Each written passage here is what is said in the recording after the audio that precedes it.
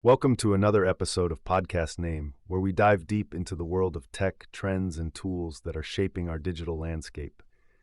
Today, we're talking about a vital tool for developers and businesses alike, the osv-scanner. So what exactly is osv-scanner?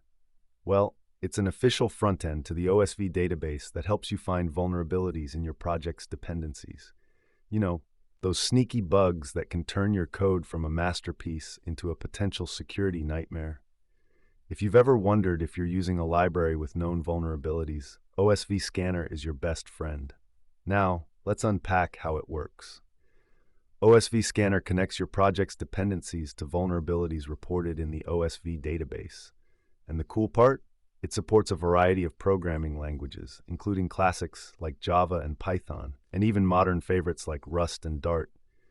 If you're into package managers, it's got you covered there too. Think NPM for JavaScript, pip for Python, and Maven for Java, just to name a few. But wait, there's more. osv-scanner isn't just limited to code. It can even scan container images and operating systems. Imagine this. You've built an application using a combination of different technologies, and now you want to ensure everything is secure. osv-scanner scans your containers to check for vulnerabilities in the base images and any included packages. Super useful, right? And here's an interesting feature, the guided remediation. This is like having a personal advisor for your dependencies. It suggests package version upgrades based on factors like how deep the dependency is in your project or the severity of the vulnerability. This sort of guidance can save developers a lot of headaches and time. So I'm curious, how does that resonate? Have any of you ever faced the daunting task of manually sifting through security advisories just to update a handful of libraries?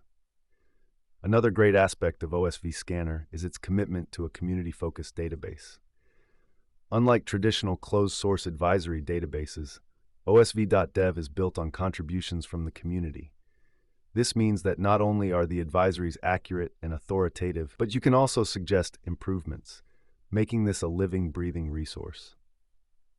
Now, before we dive deeper into installation and usage, let's just take a moment to consider the implications of using such a tool.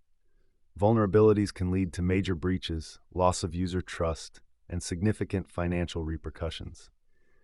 The fact that osv-scanner helps you proactively address these concerns can be a game changer for many businesses, especially small ones that may not have dedicated security teams.